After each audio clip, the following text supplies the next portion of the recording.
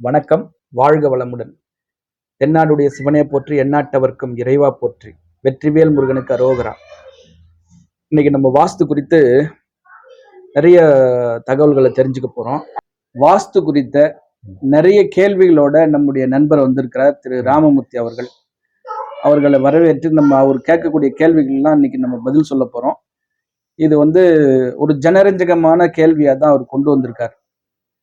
எல்லாருக்குமே பயன்படக்கூடிய ஒரு வகையில தான் அவர் நிறைய கேள்விகளை வச்சிருக்காரு. அவருக்கு நிறைய டவுட் இருக்கு. அதை அவருக்கு மட்டும் சொன்னா போதுமா, மக்களுக்கு சொன்னாதான் அது புரியும், அவங்களும் அதை தெரிஞ்சுக்குவாங்கன்ற அடிப்படையில தான் இந்த ஒரு நிகழ்ச்சி ஏற்பாடு பண்ணியிருக்கோம். நம்ம ராமமூர்த்தி அவர்களை வரவேற்று அவருடைய கேள்விகளுக்கு நம்ம பதில் சொல்ல போறோம். வாங்க போய் அவரையும் பார்ப்போம். ஐயா வணக்கம். வணக்கம் ஐயா. வாழ்க வளமுடன். இப்போ உங்களுக்கு வாஸ்துல உங்களுக்கு என்ன டவுட்? சார், நான் நிறைய இடம் போயிருக்கிறேன், நிறைய வீடுகள் பார்த்துருக்கிறேன், நிறைய வீடு கட்டத்தை பார்த்துருக்கிறேன். ஆனா தப்பா இருக்கிற மாதிரி எனக்கு தெரியுது சார். அதுக்கு வாஸ்துல ஏதாவது இது இருக்கா சார்? விதிகள் அதாவது நீங்க பாக்குற வீடெல்லாம் சரியா இல்ல, வாஸ்துப்படி அமைக்கல, உங்களுடைய பார்வைக்கே தவறா இருக்கு அப்படின்னு நீங்க ஃபீல் பண்றீங்க. ஆமா சார். இப்போ அவங்களுக்கு வாஸ்து ஏதாவது விதிகள் இருக்கா?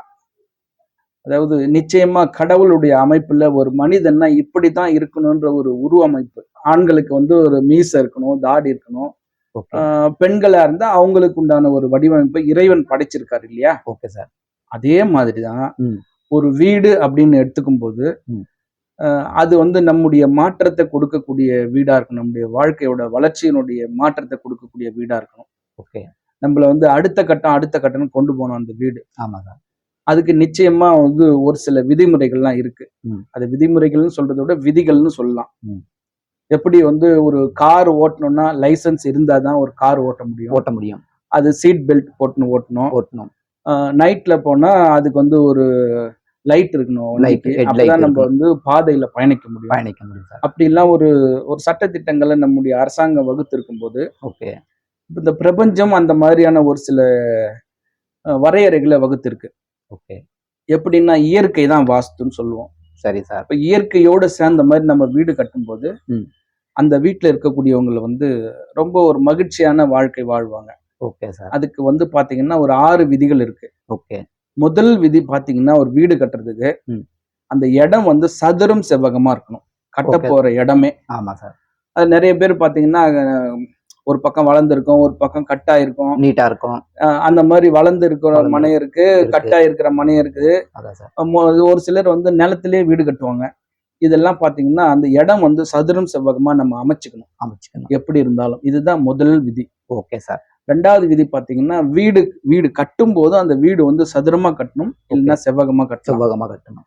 இப்போ நம்பர் 1 பணக்காரர்கள் எல்லாம் பாத்தீங்கன்னா அவங்க வீடு சதுரன்ற அமைப்புலதான் இருக்கும்.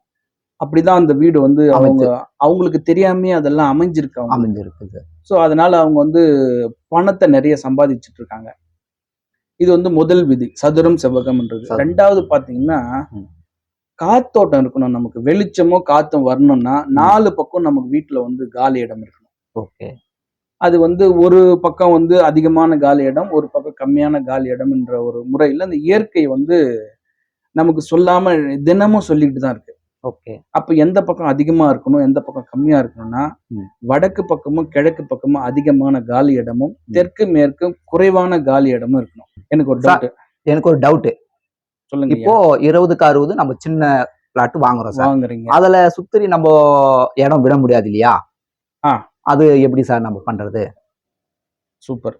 அதாவது ஒரு 4 பக்கம் இடம் விடணும்ன்றது விதி.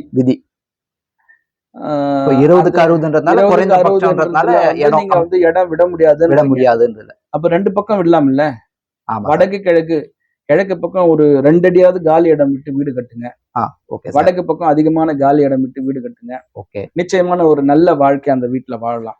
இப்போ இது 2வது விதி. வடக்கு கிழக்கு அதிக காலி இடம், தெற்கு மேற்கு கம்மியான காலி இடம். 3வது விதினா வடகிழக்கு பள்ளம், தென்மேற்கு உயரம். ஒரு வீடு கட்டுறோம்னா வடகிழக்கு தாழ்த்தியும் தென்மேற்கு உயர்த்தியும் கட்டினா அந்த வீடு சிறப்பான வீடு. சரி சார். அதே மாதிரி வடகிழக்குல பள்ளம்னா நம்ம இந்த போரு, கிணறு அந்த மாதிரியான அமைப்பு வடகிழக்கு பகுதியில வீட்டுல அமைச்சுக்கலாம். ஓகே. தென்மேற்கு பகுதியில நம்ம ஒரு வெயிட்டான பொருளை வைக்கிறது, வீட்டுக்கு மேல ஓவர் ஹெட் டேங்க் கட்டுறது, சரி சார். இதெல்லாம் வந்து தென்மேற்கு உயர்த்தியும் வெயிட்டாவும் அவங்க கட்டும்போது அந்த வீடு வந்து ஒரு சிறப்பான ஒரு வாஸ்து பலம் பொருந்திய வீடா இருக்கும். ஓகே. இது வந்து 3வது விதி. ஓகே. 4வது விதி பாத்தீங்கன்னா உச்ச வாசல். உச்சவாசல். அதாவது எப்படி மனிதர்களுக்கு என்ஜான் உடம்பா இருந்தாலும் அவங்களுக்கு தலைப்பகுதியில தான் வாய் பகுதி இருக்கும். ஓகே. அதுதான் அழகா திருமூலர் சொல்லியிருப்பாரு, உள்ளம் பெருங்கோயில் ஊனுடம்பு ஆலயம் வள்ளல் பிரானுக்கு வாய் கோபுரவாசல். Okay sir. அந்த மாதிரி ஒரு வீட்டுக்கு வந்து வாயில் படின்னா அதுதான் வந்து நம்ம வீட்டுக்கு உள்ளார போறக்கூடிய பகுதி. அது வந்து உச்ச பகுதியில இருக்கணும். சரி சார். இப்போ உச்ச பகுதின்னா என்ன அப்படின்னா, இப்போ வடக்கு பார்த்த வீடுன்னு பாத்தீங்கன்னா கிழக்கு ஒட்டி வாயில் படி வைக்கிறது உச்ச பகுதி. இப்போ கிழக்கு பார்த்த வீட்டுக்குன்னா வடக்கு ஒட்டி உச்சவாசல். இப்போ தெற்கு பகுதி நான் பார்த்த வீடு கட்டுறேன் அப்படின்னா கிழக்கு ஓரம் வாயில் படி வச்சீங்கன்னா அது உச்சவாசல். இப்போ மேற்கு பகுதி வாயில் படி வைக்கிறோம் அப்படின்னா வடக்கு ஒட்டி வாயில் படி வச்சோம்னா அது உச்சவாசல். இது வந்து இந்த உச்சவாசல் வந்து ஒரு மிகப்பெரிய ரோல் பிளே பண்ணுது அந்த வீட்டுல. Okay sir. அதாவது ஒரு சில வாஸ்து விதிகள் நம்ம வந்து ஃபாலோ பண்ண முடியலனாலும் பரவாயில்ல, இந்த உச்சவாசல் வந்து நிச்சயமா ஃபாலோ பண்ணி ஆகணும். சரி சார். இது வந்து 4வது. ஓகே. 5வது விதி பாத்தீங்கன்னா, சரி சார், எல்லாருமே இந்த மாடிப்படி கட்டுறதுலதான் வந்து ஒரு மிகப்பெரிய தவறு பண்றாங்க. இந்த மாடிப்படி அமைப்பு வந்து ஒரு மிகப்பெரிய ரோல் பண்ணுது. சரி. அதாவது வீட்டுல இருக்கக்கூடிய வளர்ச்சியை வந்து அந்த மாடிப்படி தீர்மானிக்குது. அப்போ நீங்களே பார்த்துக்கலாம், நிறைய வீடு கட்டியிருப்பாங்க. ஆமா சார். அடுத்தடுத்து அவங்க வீடு கட்டிக்கிட்டே இருப்பாங்க. ஒரு சிலர் வீடு கட்டியிருப்பாங்க பாத்தீங்கன்னா, அவங்க தீர்க்க முடியாத பிரச்சனையில போய் மாட்டிப்பாங்க. கோர்ட்டு கேஸ், வம்பு வழக்கு, அப்புறம் வந்து தெருவில் இறங்கி நின்று சண்டை போடுற மாதிரி இருப்பாங்க. அவங்களுடைய குடும்ப மானம்லாம் வந்து காத்துல பறக்கிற மாதிரி இருக்கும். இதெல்லாம் வந்து அந்த மாடிப்படி தான் ஏற்பாடு பண்ணுது அந்த வீட்டுல. ஓகே. ஸோ அந்த மாடிப்படி அமைக்கிற முறை பார்த்தீங்கன்னா கேன்டிலீவர் படியா தான் இருக்கணும். தொங்குப்படின்னு சொல்லுவாங்க. தொங்குப்படி. வீட்டோட உள் மூலையில 4 மூலையிலுமே மாடிப்படி வரக்கூடாது. வெளி பக்கத்துல தான் வரணும். வடகிழக்கு பகுதியில மாடிப்படி உள்ளேயும் வரக்கூடாது, வெளியும் வரக்கூடாது. இது வந்து மிகப்பெரிய தவறு நம்பர் 1ன்னு சொல்லலாம். Okay sir. ஸோ இப்போ நான் வெளியில தான் மாடிப்படி வைக்கிறேன்னா, இப்போ வடமேற்கு பகுதியில வடக்கு பக்கம் கேன்டிலிவர் படியா மாடிப்படி அமைச்சுக்கலாம். Okay sir. தென்கிழக்கு பகுதியில பாத்தீங்கன்னா கிழக்கு பக்கமா மாடிப்படி அமைச்சுக்கலாம். Okay sir. இது எல்லாமே சிசர் படின்னு சொல்லுவாங்க. சரி. அதாவது மேலே ஏறி கட் பண்ணி போற மாதிரி. ஓகே. அது நேரா பாத்தீங்கன்னா உங்களுக்கு அந்த அமைப்பு தெரியும். இந்த மாடிப்படி இப்போ வீட்டுக்குள்ள நான் மாடிப்படி போடுறேன் அப்படின்னும் போது தெற்கு மத்திய பகுதியிலையும் மேற்கு மத்திய பகுதியிலையும் போறது சிறப்பு. என்ன கேட்டீங்கன்னா, மாடிப்படி இல்லாம வீடு கட்டுறது ரொம்ப ரொம்ப சிறப்பு. இது வந்து 5வது விதி. Okay sir. 6வது விதின்னு பார்க்கும்போது தெருக்குத்து தெரு பார்வை. எல்லாருமே வந்து ஒரு நல்ல தெருக்குத்துள்ள வீடு, தவறான தெருக்குத்துள்ள வீடு எல்லாமே அவங்க வந்து தவறுனே நினைச்சுக்கிறாங்க மக்கள் வந்து. அது 2 விஷயம், நல்லதும் இருக்குது, தவறும் இருக்குது. அந்த நல்ல விஷயம் எதுன்னு நம்ம பார்த்து எடுக்கும்போது ஒரு மிகப்பெரிய மாற்றத்தை கொடுக்கும் அந்த தெருக்குத்து வந்து. Okay sir. ஸோ எதெல்லாம் நம்ம உச்ச பகுதியில வாயில் வைக்கணும்னு சொன்னோமோ அந்த பகுதிகளுக்கு நேரா தெரு வந்தா நல்ல தெரு. மற்ற பக்கம் வந்துச்சுன்னா தப்பான தெருக்குத்து. இதுதான் இந்த 6 விதிகள் தான் இந்த வாஸ்துல வந்து அடிப்படையான விஷயம். இத பேஸ் பண்ணி அவங்க வீடு கட்டினாலே அவங்களுக்கு வந்து ஒரு நல்ல மன அமைதி கிடைக்கும். அந்த வீட்டுல சிறப்பான வாழ்க்கை கிடைக்கும், ஆரோக்கியம் இருக்கும். ஓகே, இதுதான் நீங்க அந்த வாஸ்து விதிமுறை கேட்டீங்க இல்லையா? ஆமா சார். இதுதான் என்னோட பதில். அது நன்றி சார், சூப்பரா இருந்தது. நன்றி. எத்தனை முறை சார் வாஸ்து பார்க்கணும்? வாஸ்து எத்தனை முறை பார்க்கணும்? ஒரு வீடு இப்ப நான் வந்து ஒரு வீடு கட்டியாச்சு, நல்ல பணம் இருக்கு சார். இப்போ நான் வந்து பணம் வாஸ்து பிரகாரம் வீடு கட்டிட்டேன். இப்ப எனக்கு நல்ல பணம் வந்திருக்கு சார். இப்ப நான் அடுத்தும் கொஞ்சம் இடம் வந்து நல்லா இன்னும் இடம் இருக்கு, கட்டணும்னு நினைக்கிறேன். அதுக்கு நான் எத்தனை முறை சார் வாஸ்து பார்க்கணும்? திரும்ப வாஸ்து பார்க்கணும். எத்தனை முறை பார்க்கணும் சார்? ரைட். அதாவது ஜோதிடம் பாத்தீங்கன்னா பிறந்த உடனே ஜோதிடம் பார்ப்பாங்க. ஆமா சார். ஜாதகம் பார்ப்பாங்க சார். 2வது படிக்கிறதுக்காக பார்ப்பாங்க. 3வது கல்யாணம் பண்றதுக்காக பார்ப்பாங்க. ஆமா சார். 4வது குழந்தை பிறக்கிறதுக்கு. ஆமா சார். மறுபடியும் அவங்க படிக்கிறதுக்கு. அப்புறம் தொழில் அமையறதுக்கு. ஆமா சார். அதுக்கப்புறம் வேற ஏதாவது நான் வந்து எக்ஸ்டாப்ளிஷ் நான் பண்றேன் என்னோட பிசினஸ் அப்படின்னா அப்ப போய் ஜாதகம் பார்ப்பாங்க. இது ஜாதகம் பார்க்கறது கண்டினியூஸா இருக்கும். ஆமா சார். பட் வாஸ்து வந்து ஒரு முறை தான் பார்க்கணும். Okay sir. நீங்க வீடு கட்டுறீங்களா? ஆமா சார். அந்த வீடு வந்து பக்காவா நீங்க முதல்ல பிளான் பண்ணிக்கங்க. ஓகே. இப்போ நீங்க பிளான் பண்ணி வீடு கட்டியாச்சு சார். பணம் வந்துருச்சு, நிறைய வந்துருச்சு. நான் எக்ஸ்டெண்ட் பண்ண போறேன் காலி இடத்துல. ஆமா சார். அப்படின்னா அது வந்து ஒரு நல்ல வாஸ்து கன்சல்டன்ட்டை கூப்பிட்டு அவங்கக்கிட்ட மறுபடியும் ஒரு ஒப்பீனியன் வாங்கணும். நான் வந்து இன்னொரு ரூம் போட போறேன், இப்ப நான் எந்த பக்கம் போடணும், காலி இடம் எனக்கு வந்து இந்த பக்கம் அதிகமா இருக்கு, ஆமா சார், தெற்கு பக்கம் அதிகமா இருக்கு, வடக்கு பக்கம் அதிகமா இருக்கு, மேற்கு கிழக்கு எனக்கு 4 பக்கமே காலி இடம் இருக்கு, நான் எந்த பக்கம் கட்டணும்னு சொல்லிட்டு ஒரு ஒப்பீனியன் வாங்குங்க. Okay sir. அவங்க என்ன சொல்றாங்களோ அதைப்படி நீங்க ஃபாலோ பண்ணுங்க. ஓகே, நிச்சயமா நல்லா இருப்பீங்க. Okay sir. இப்போ நெக்ஸ்ட் கேள்வி சார். இப்போ நம்ம ஒரு பிரச்சனை கோவிலுக்கு போறோம் சார். கோவிலுக்கு போயிட்டு வந்துட்டு நம்ம வீடு எப்படி வாஸ்து பிரகாரம் அமைக்கிறது சார்? கேள்வி வந்து என்னன்னா, கோவிலுக்கும் வீட்டுக்கும் தொடர்பு இருக்கு. அது வாஸ்து எப்படி அதை மாற்றம் கொடுக்கும் அப்படின்னு கேக்குறீங்க இல்லையா? ஆமா சார். நிச்சயமா வீட்டுக்கும் கோவிலுக்கும் தொடர்பு உண்டு. வீடுன்றது வந்து வாஸ்து அமைப்புல கட்டக்கூடிய வீடு. ஓகே. கோவில் என்பது ஆகம விதிப்படி கட்டக்கூடிய கோவில் அது. ஓகே. இது ரெண்டுத்துக்குமே வந்து வேற வேற பரிமாணங்கள் உண்டு. ஓகே.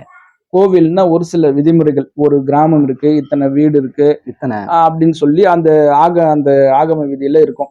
இந்த சிலை தான் வைக்கணும், இவ்வளவு உயரம் தான் இருக்கணும் அப்படின்ற மாதிரி ஒரு அமைப்பா அவங்க சொல்லுவாங்க. பட் வீடு வந்து இயற்கையோடு சேர்ந்த மாதிரி போனாதான் வீடு வந்து நமக்கு பலன் கொடுக்கும். அந்த வகையில இப்ப நம்ம ஆகம விதிப்படி கட்டின கோவிலை நம்ம போய் மாத்த முடியுமா? முடியாது சார். முடியாது. அப்ப நம்ம வீட்டை நம்ம மாத்திக்கலாம் சார். அது நம்ம சௌகரியம். அது உடைக்கிறதும் சரி, சேர்த்து கட்டுறதும் சரி.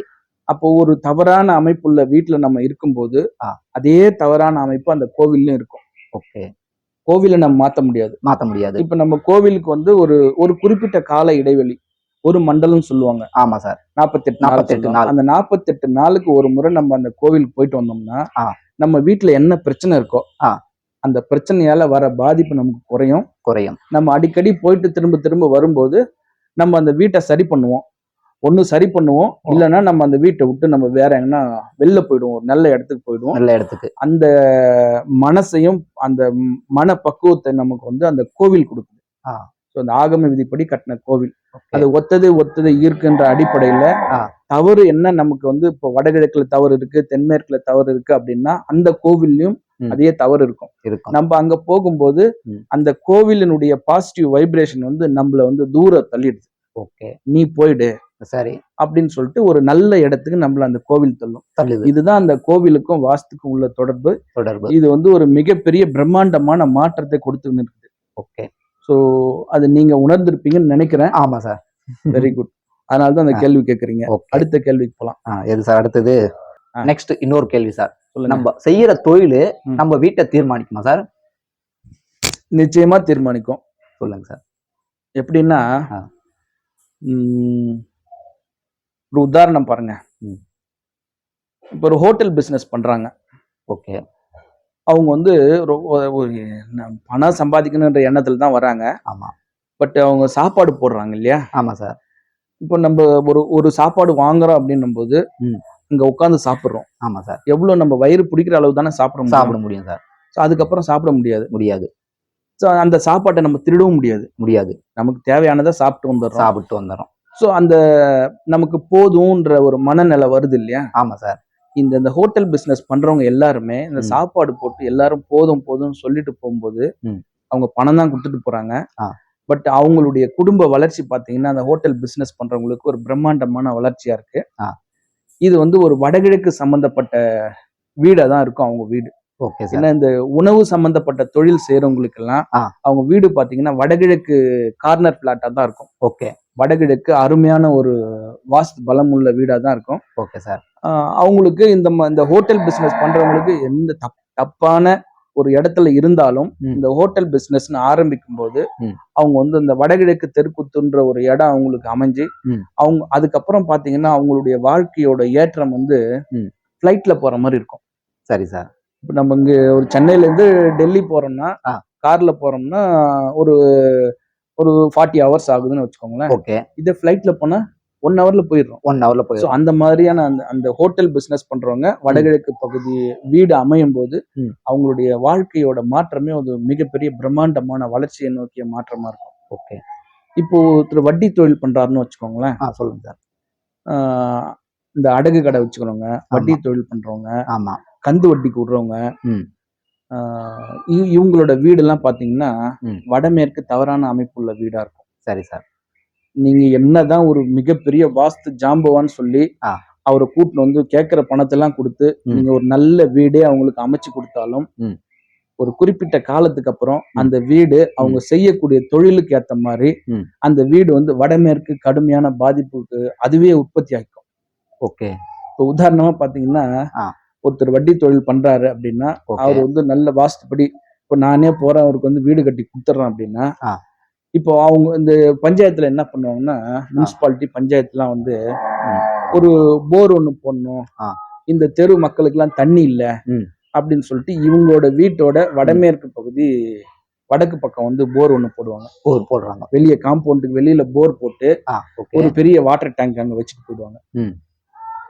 இது வந்து பப்ளிக் பயன்படுத்தக்கூடிய ஒரு போரா தான் அது வந்துடுது இல்லையா? ஆமா சார். அது வந்து ஒரு மிகப்பெரிய ஒரு பாதிப்பு இந்த வீட்டுக்கு கொடுத்துரும். ஓகே. அதாவது செய்யக்கூடிய தொழில் வந்து நல்ல தொழில் நம்ம செஞ்சோம்னா நம்முடைய குடும்பம் வந்து ஒரு தவறான இடத்துல இருந்தாலும் நம்ம நல்ல இடத்துக்கு போயிடுவோம். நல்ல அமைப்புள்ள வீடா மாறும். ஓகே. இந்த வட்டி தொழில்லாம் வந்து பணத்தை கொடுக்குறோம், திரும்ப பணத்தை தான் வாங்குறோம். ஆமா சார். அது செய்யக்கூடாத பிசினஸ்ன்னு அதுக்கு பேரு. Okay sir. பணம் கொடுத்தோம்னா அதுக்கு மாற்று பொருளா ஏதாவது ஒண்ணு வாங்கலாமே தவிர திரும்ப பணமே வாங்குறது வந்து ஒரு மிகப்பெரிய தவறு. சோ அந்த பணம் கொடுக்கும் வயிறு எரிஞ்சின்னு தானே கொடுப்பான். ஆமா சார். சந்தோஷமா கொடுப்பான். வாங்கும் போது அவனை சந்தோஷமா வாங்குவாங்க சார். ஆனா கொடுக்கும் போது வட்டி போட்டு கொடுக்குறோம். அவன் என்ன சாபம் விட்டு இருந்தான்னு நமக்கு. ஆமா சார், அப்படித்தான் கொடுக்குறாங்க சார். சோ அந்த சாபம் வந்து நம்மளை தாக்கும் இல்லையா? ஆமா சார். சோ அதுதான் நம்ம செய்யக்கூடிய பிசினஸ் வந்து நம்முடைய வீட்டை எப்படி தீர்மானிக்குது. நம்ம அழகா நம்ம வந்து வாஸ்துபடி கட்டினாலும் இயற்கையை வந்து அதுக்கு தவற தானா உற்பத்தி பண்ணிக்குது சார். ஸோ இப்போ ஒரு உதாரணத்துக்கு அதை சொன்னோம் இல்லையா? ஆமா சார். இப்போ போரு நம்முடைய வசதியை வச்சு நம்ம அதை க்ளோஸ் பண்ணிடலாம். இப்போ நம்ம வீட்டுக்கு எழுத்தாப்புல ஒரு காலி இடம் இருக்கு, அங்க வந்து லே அவுட் பண்றாங்க. Okay sir. வீடு கட்டத்துக்கு பிளான் பண்றாங்க. ஓகே. அப்படி பண்ணும்போது அங்க வந்து வடமேற்குல ஒரு தெரு வந்துருவாங்க. ஓகே. வடக்குல ஒரு தெரு போட்டா தப்பான தெருக்குத்தாயிடும். சரி. சோ அது வந்து அதுவும் இந்த மிகப்பெரிய ஒரு மாற்றத்தை தான் கொடுக்கும். அவங்களுக்கு வந்து ஒரு டேஞ்சரஸான ஒரு அமைப்பை கொடுத்துரும். ஸோ இதனால வந்து நம்ம செய்யக்கூடிய தொழில் வந்து நிச்சயமா நம்ம வீட்டை வந்து பாதிக்கும். இதுக்கும் செய்யக்கூடிய தொழிலுக்கும் வாஸ்துக்கும் நேரடி தொடர்பு உண்டு சார். அடுத்த கேள்வி சொல்லுங்க. பேப்பர்ல வாட்ஸ்அப்ல நிறைய பாக்குறோம் சார், காதல் திருமணங்கள். ஒரு பெண்ணும் ஒரு ஆணும் காதலிக்கிறாங்க இல்லையா சார்? அவங்க 2 பேர் வீடும் ஒரே மாதிரி அமைப்புல இருக்குமா சார்? ஓகே, சூப்பரான கேள்வி, அருமையான கேள்வி. அதாவது நீங்க எதனா காதல் பண்ணிருக்கீங்களா? இல்ல சார், பண்ணல. உங்க சொந்தக்காரங்க என்ன லவ் பண்ணிருக்காங்களா? பண்ணிருக்காங்க சார். அவங்களோட வீட்டெல்லாம் அமைப்பு எப்படி இருக்கு?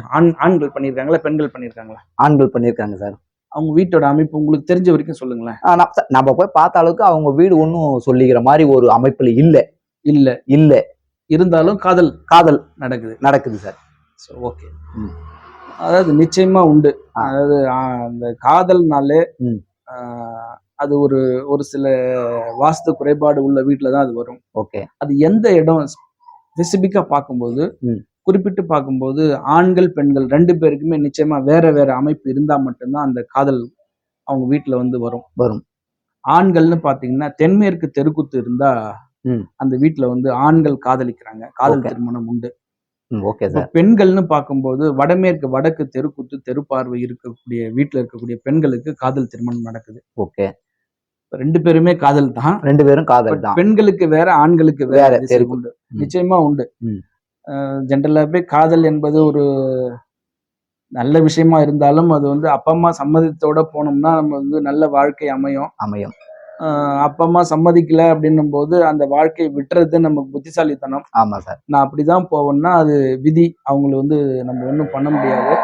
ஸோ நீங்க கேட்ட கேள்விக்கு வாஸ்துக்கும் அந்த ஆண்கள் பெண்கள் காதலுக்கும் சம்பந்தம் உண்டா, ஒரே வீடா இருக்குமானா ஒரே வீடா இருக்காது. வேற தெருக்குத்துள்ள அமைப்புள்ள வீட்டுல இருக்கிறவங்களுக்கு இந்த மாதிரியான காதல் வயப்படக்கூடிய விஷயம் வந்து நிச்சயமா நடந்துகிட்டு இருக்கு சார். கேளுங்க. இன்னொரு கேள்வி, வாஸ்துபடி வீடு கட்டினா பணம் வருமா சார்? பணம் வருமா? இப்ப எல்லாருமே வந்து பணம் வரணும்னு தானே வீடு கட்டுறோம். ஆமா சார். பணம் வரணும்னு தானே வீடு கட்டுவோம். ஆமா சார். அப்போ நீங்க வாஸ்துபடி வீடு கட்டிட்டீங்கல்ல? ஆமா சார், நான் கட்டி இருக்கிறது. உங்களுக்கு பணம் வருதா? வருது சார். எந்த அளவுக்கு வருது சார்? அதாவது நம்ம எதிர்பார்க்கறத விட மேல ஒரு 100 ரூபாய் நமக்கு கிடைக்குது, பரவாயில்ல. நமக்கு வந்து நல்ல ஒரு அமைப்பு. எதிர்பார்ப்பை தாண்டியும் எதிர்பார்ப்பை தாண்டி இருக்கு சார். பணம் கிடைக்குது சார். நீங்க என்ன மாதிரியான தொழில்லாம் இன்னும் செஞ்சா உங்களுக்கு பணம் வரும் சார்? இப்ப நான் செய்யற தொழில இன்னும் டெவலப் பண்ணணும், அவ்வளவுதான் சார். Okay, very good. அதாவது முதல்ல என்ன நினைக்கணும்னா, வாஸ்துப்படி வீடு கட்டிட்டா பணம் வருமா அப்படின்னா அது வந்து ஒரு கொஸ்டின் மார்க் தான். Okay sir. அப்போ வாஸ்துப்படி வீடு கட்டிட்டு எல்லாரும் சும்மா உட்காந்தா பணம் வருமா? வராது சார். இப்போ ஒரு வாஸ்துப்படி வீடு கட்டிட்டாலே ம். அந்த வீட்டுல இருக்கக்கூடியவங்களுக்கு உழைக்கணும்ன்ற ஒரு எண்ணம் வந்துகிட்டே இருக்கும். எண்ணத்தை கொடுக்குது. தூக்கம் வந்து அளவான தூக்கமா இருக்கும். Correct sir. இப்போ நான் காலையில 4 மணிக்கு எழுந்திருக்கணும்னு சொல்லிட்டு நைட்டு நான் 1 மணிக்கு படுக்கிறேன்னா 4 மணிக்கு எழுந்திருப்பேன். ஓகே. அந்த நிச்சயமான அந்த ஒரு எண்ணத்தை வந்து அந்த வாஸ்துப்படி கட்டின வீடு கொடுக்கும். ஓகே. அப்ப நான் 4 மணிக்கு எந்திரிச்சு என்னுடைய டே டு டே வாழ்க்கையோட வேலையெல்லாம் முடிச்சுட்டு நான் அடுத்த கட்டம் நான் சம்பாதிக்கணும்ன்ற ஒரு எண்ணம் எனக்கு வந்துகிட்டே இருக்கும். நான் அதை நோக்கி நான் பயணிப்பேன். அப்படி பயணம் பண்ணும்போது எனக்கு பணம் வரும். ஓகே. ஸோ உழைக்கணும்ன்ற ஒரு எண்ணத்தை அடிப்படையா தூண்டும் அந்த வாஸ்துப்படி கட்டின வீடு தூண்டுது. எனக்கு வந்து கூரையை பிரிச்சு கொட்டுமானா கொட்டாது. யார் வந்து உழைக்கிறாங்களோ அவங்களுக்கு நிச்சயமா பணம் உண்டு. அந்த உழைக்கணும்ன்ற ஒரு எண்ணத்தை அந்த வாஸ்துப்படி கட்டின வீடு கொடுக்கும். உங்களுக்கும் வந்து பணம் வேணும் அப்படின்னா வாஸ்துப்படி வீடு கட்டுங்க. அந்த வீடு வந்து உழைக்கணும்ன்ற ஒரு எண்ணத்தை கொடுக்கும். இப்படி உழைச்சிங்கன்னா நிச்சயமா உங்களுக்கு பணம் வரும். அது 100 ரூபாயா இருந்தாலும் அது வந்து உங்க கையில சேமிப்பா மாறும். அப்போ வந்து நோயற்ற வாழ்வே குறைவற்ற செல்வம்னு சொல்லுவாங்க. நோய் வந்துட்டாலே பணம் நம்ம கையில நிக்காது, செலவாகிட்டே இருக்கும். அப்ப நீங்க நோய் இல்லாத வாழ்க்கை வாழணும்னா வாஸ்துப்படி வீடு கட்டினீங்கன்னா நிச்சயமா நீங்க நோய் இல்லாம வாழ்வீங்க. அப்படி நோய் இல்லாத வாழக்கூடிய வீட்டுல செல்வம் செழிப்பா தான் இருக்கும். அதுக்கு வாஸ்துப்படி நீங்க வீடு கட்டுங்க. நிச்சயமா நீங்க வந்து ஒரு செல்வ செழிப்பான நிச்சயமான வாழ்க்கையை வாழ்வீங்க. ஓகேங்களா? Okay sir. மீண்டும் ஒரு நல்ல பதிவுல உங்களை சந்திக்கிறீங்க. மீண்டும் அடுத்த கேள்வி எங்களுக்கு வரும்போது கண்டிப்பா உங்களை வந்து நான் சந்திக்கிறேன் சார். நன்றி, வணக்கம். வாழ்க வளமுடன். Okay sir. 6 தடந்தோள் வாழ்க, 6 முகம் வாழ்க, வெப்பை கூறுசை தனிவேல் வாழ்க, குக்குடம் வாழ்க, செவ்வேள் ஏறிய மஞ்சை வாழ்க, யானைத்தன் அணங்கு வாழ்க, மாரிலா வள்ளி வாழ்க, வாழ்க சீர் அடியார் எல்லாம், வெற்றிவேல் முருகனுக்கு அரோகரா. வணக்கம். வணக்கம். வாழ்க வளமுடன்.